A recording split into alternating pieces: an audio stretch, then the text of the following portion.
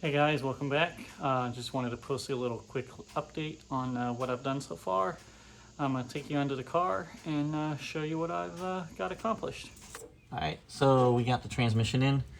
Wasn't able to get it on film. There was a lot of grinding, pounding. Just wasn't easy to film and try to do it all at once, but I had to take one of the layers out of the tunnels, like the heat shielding. And then I was able to, use a air actuated hammer and just hammer the trans tunnel in a little bit more. But transmission's in place, all bolted up. I got the back supported with a jack. The alignment from the output to where the drive shaft will meet with the torque tube is pretty much dead on, straight, flat, no angles or anything. So what I'll do next is I'll take the chromoly bar that came with the kit and I'll get that lined up and get the brackets welded on and line it up with the holes that I had from the previous motor mounts. So this little bar, this little one here, mounts to the tube. It'll get welded to the tube.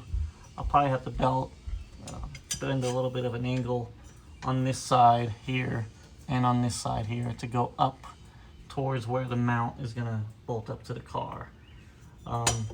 So I'll get that built in the next day or so and post a little video of it being mounted up.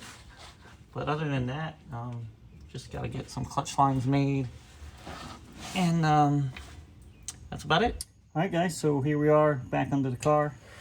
If you can see, I got the transmission mount built. So I actually took this to work and welded, not the prettiest welds, but you can't see them underneath the car.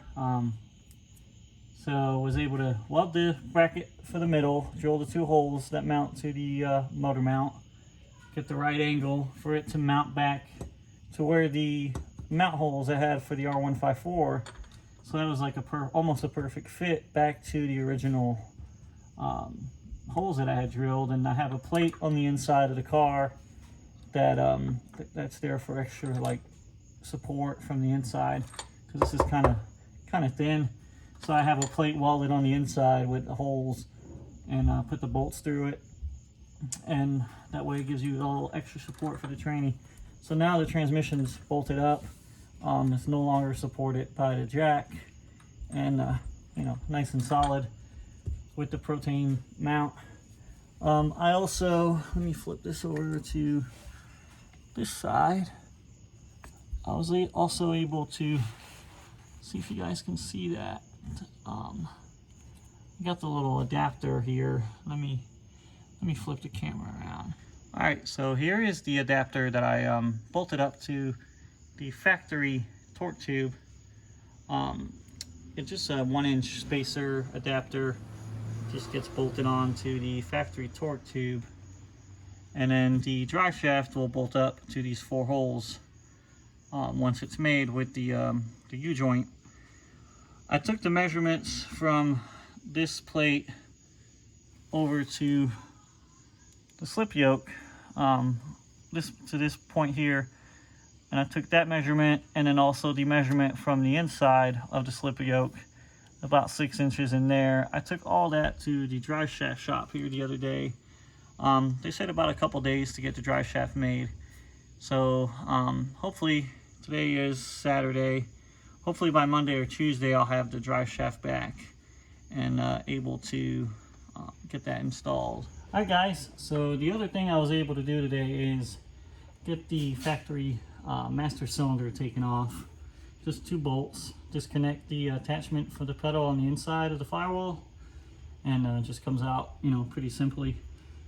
I took a measurement from the end of the thread to the flat side of the, the flat side that mounts to the firewall on the engine side, to the end of the threads where the attachment for the pedal goes, to get the right amount of travel on the pedal when I install the Woolwood one. So I took the Woolwood one and took the same measurement I cut the rod just a slight bit longer than what I had factory, just so I wouldn't be too short. There's plenty of room on the attachment to have a little extra thread on there, but I'll show you what I cut off. So, see if you can see the factory one, the Wilwood one, and this is what I had to cut off the Wilwood one. If not, it would have been way too much thread. Would have been touching the back of the pedal and probably cause us a problem. So the next thing I'll do is I'll take this with me on Monday and get a line made for the fitting here. It says 1/8 by 27. I'll get a line made that goes from here to the release bearing from Tilton, and just get the right line made, right size, right threads, so we don't have any issues. I don't want to try to reuse the factory line, even though it does fit in here. I'll just get an aftermarket stainless steel line, and we'll bolt it back up to the firewall and put the attachment back on, attach it back to the pedal. Once we get some fluid in there, we'll bleed it, and I'll get all that on video, hopefully. Try to get a nice angle on that so everybody can see how it's done. But that's it for today. Hopefully next video I'll have the drive shaft and we'll install this and get everything back together, try to start the car and put it in gear and see if it moves. Thank you for watching. Hit the subscribe button and the like button, and stay tuned for more. Thank you.